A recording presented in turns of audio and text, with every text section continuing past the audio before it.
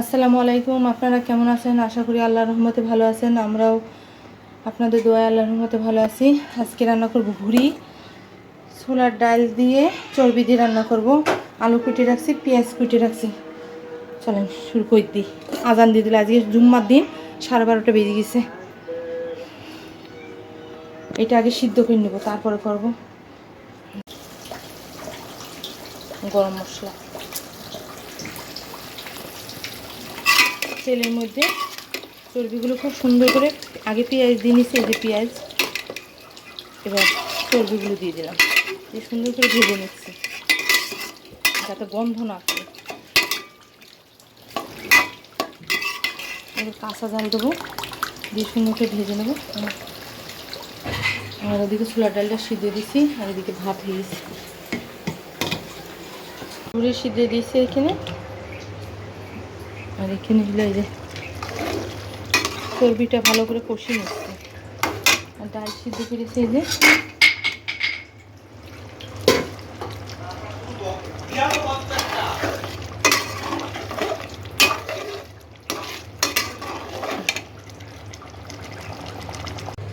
ভাবি আবার ই দিছে ডাটা, জমির ডাটা, জমিতে গাছ লাগিয়েছে, সে ডাটা দিছে। কলা, কলা কালকে রান্না করবো।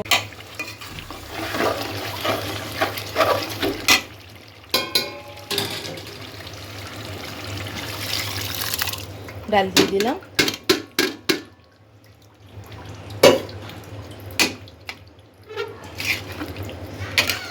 বলো। ঝর্ণার পানি আগে ফেলে দিই, বিশাল গরম।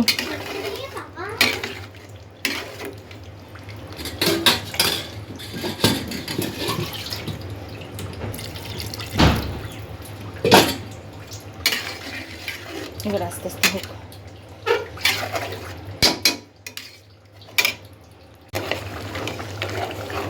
ছোলার ডাল দিয়ে চপ রান্না শেষ।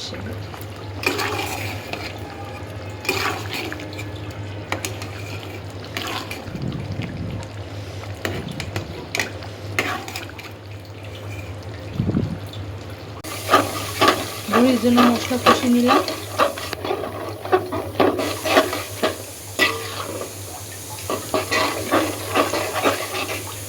এবার ভুড়ি দিয়ে দেবো ভিতরে। ভুড়ি সিদ্ধ করে নিয়েছি আলাদা। ভুড়ি রান্না হচ্ছে, এটা একদম তেল তেল উঠে ফেলতে হবে।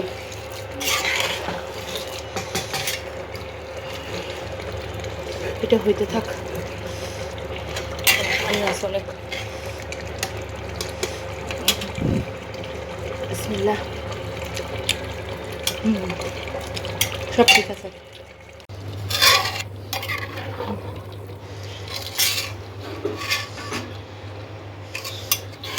আমার ভুড়ি রান্না হয়ে গেছে।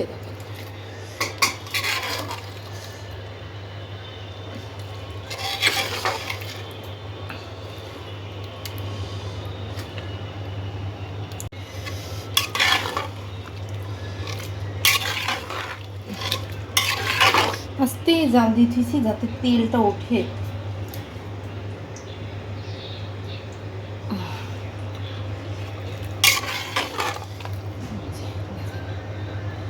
কি সুন্দর হয়েছে।